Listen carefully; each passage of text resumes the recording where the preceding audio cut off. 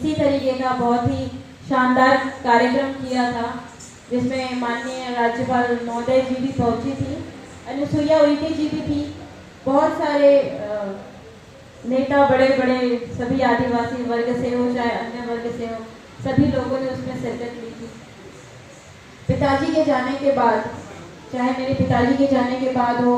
चाहे दादा मरकाम जी के जाने के बाद हो, कहीं ना कहीं हमारे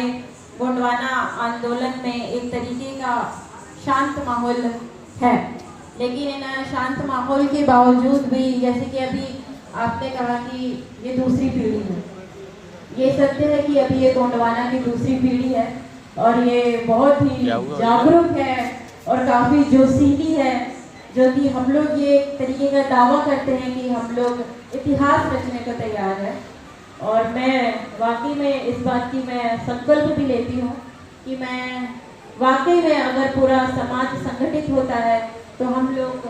आने वाले 2023 में हो भी सकता है कि एक इतिहास रच दें। हम सभी लोग संगठन की बात तो जरूर करते हैं, लेकिन संगठित कैसे होना है इस पे हम लोग कभी विचार नहीं करते हैं। अगर और चूंकि हमारे समाज में विभिन्न विभिन्न संगठन हैं, आज यहाँ पर लोधी समाज के लोग उपस्थित हैं, आदिवासी वर्ग के हर जाति हर उपजाति के लोग यहाँ पे उपस्थित हैं, एससी वर्ग के नागले जी उपस्थित हैं यहाँ पर, डहरिया वर्ग के लोग उपस्थित हैं यहाँ पर। सभी लोगों को मैं सादर सेवा जोहार करती हूँ। मैं ज़्यादा वक्त नहीं लूँगी, मैं बस इतना कहना चाहती हूँ कि चूँकि हम लोग छोटे छोटे संगठन से एक तरीके का मैसेज देते हैं कि कहीं ना कहीं हम लोग एक तरीके का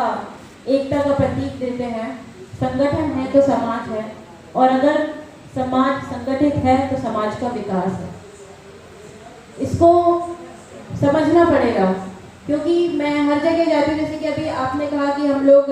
गांव क्षेत्रों में घूमते हैं, और ये बात सच है कि मेरे पिताजी जो मेरे लिए एक विरासत छोड़ के गए हैं, मैं इसका बहुत ही अच्छे से जो मेरा दायित्व है उसको मैं निभा रही हूँ, और मैं दिन रात चल रही हूँ। मैं लगभग ऐसे क्षेत्रों में घूमती हूँ, आदिवासी बाहुल्य क्षेत्रों में, और ऐसा बिल्कुल भी नहीं है कि हम लोग वहाँ पे ये बातें नहीं करते कि हमें संगठित होना है। मैं तो लगातार मतलब मेरे हो सकता है कि सिर्फ 1 या 2 दिन ही छूटते होंगे जहाँ मैं लगातार चल रही हूँ, कभी दिन में कार्यक्रम, कभी मुझे बस इस बात की खुशी है यहाँ पर भी आते आते मेरे को मेरी मम्मी को कॉल आया कि कहाँ जा रही हो। मैंने कहा कार्यक्रम है। मम्मी बोलती फिर रात का कार्यक्रम। मैंने कहा नहीं मम्मी, ये शहर है, यहाँ दिन का कार्यक्रम है और शाम को 6 बजे समाप्त हो जाएगा। तो मेरी माँ को भी हमेशा चिंता लगी रहती है कि लड़की हमेशा रात्रिकालीन के कार्यक्रम अटेंड करती रहती है जहाँ पे साथ में कोई नहीं रहता है। बट पिताजी के जाने के बाद जो मैंने ये प्रण लिया है, हम लोगों को इस गोंडवाना क्रांति को आगे लेके जाना है, और यहाँ पे हमारे सभी बैठे बुद्धिजीवी लोगों ने भी एक तरीके का प्रण लिया। और ये बहुत ही गर्व की बात है कि भले ही हम लोग अलग अलग हैं, भले ही हम लोग अलग अलग संगठन में बटे हुए हैं, जैसे कि मेरे ख्याल से अभी यहाँ पर अलग अलग पार्टी के तकरीबन 6-7 पार्टी के नेता लोग बैठे हुए हैं, और तकरीबन 10-12 संगठन के अलग अलग लोग बैठे हुए हैं। लेकिन जब समाज की बात आती है तो हम सभी लोग एकत्रित होते हैं, और ये बहुत गर्व की बात है कि हम सभी लोग एकता का प्रतीक देते हैं। चूँकि हम लोग अभी गोंडवाना संस्कृति की बात कर रहे हैं, गोंडवाना संस्कृति कोई अभी की या कोई 10,000 या कोई 20,000 वर्ष की पूर्व तो है नहीं। गोंडवाना संस्कृति 50,000 वर्षों से चली आ रही है, जिसको हम लोगों ने बहुत समझ के रखा हुआ है। मैं देखा जाऊँ तो गांव से लेकर शहरों तक आज भी हमारी, और मुझे ये भी नहीं लगता कि अन्य किसी समाज में हमें जितना हमारी संस्कृति को लेकर जागरूकता है,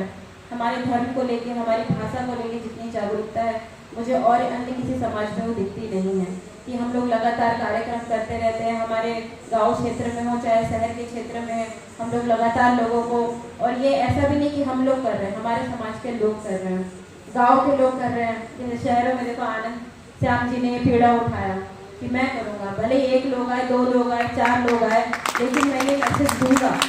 कि शहर में व्यस्तता के बीच भी हम लोगों के पास इतना समय है कि हम लोग सिर्फ गांव क्षेत्रों में ही दें, हम लोग शहर में भी देंगे। और आनंद श्याम अंकल, अब से मैं आपके साथ कर रही हूँ, अपन लोग हर साल यहाँ पे करवाएंगे,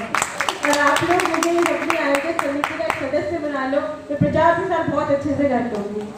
मेरे फेसबुक इंस्टाग्राम में बहुत अच्छे फॉलोवर हैं जो मुझे देखकर या आप लोगों का जो इतना संघर्ष है देखकर बिल्कुल यहाँ पे इकट्ठा होंगे।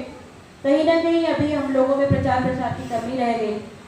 क्योंकि बूढ़े बुजुर्ग लोगों ने इसका पीड़ा उठाया। बूढ़े बुजुर्ग लोग अभी सोशल साइट्स के माध्यम से कैसे प्रचार करना है हम लोग को ज़्यादा जानकारी नहीं है।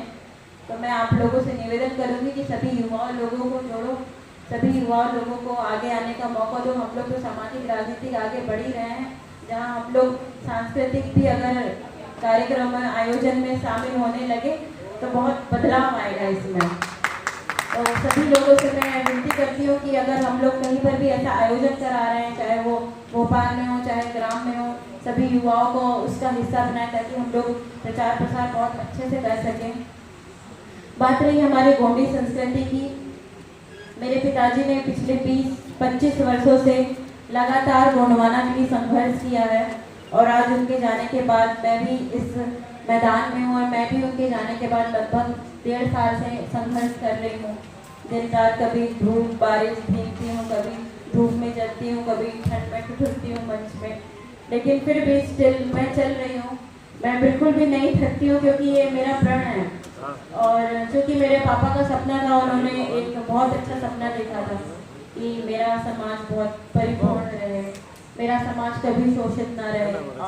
उनके उस उद्देश्यों को देखकर ही मैं भी आज भले ही मैं कितनी भी तकलीफ में रहूं, अब मुझे आनंद श्याम अंकल ने बताया कि भोपाल पहुंचना है, कार्यक्रम है, और मुझे एक और वादा किया था अंकल ने, शायद आप भूल गए, कि हम लोग सभी लोगों को बुलाएंगे संगठन में और तुमको चुनाव जितवाएंगे यहाँ पे चर्चा करेंगे हम लोग। तो मैं बिल्कुल चाहूँगी कि आप इस बारे में यहाँ पे चर्चा करिए। सभी पार्टी वाले 6-7 पार्टी विभिन्न विभिन्न समुदाय संगठन के लोग बैठे हुए हैं, जैसे कि रावण शाह जी है,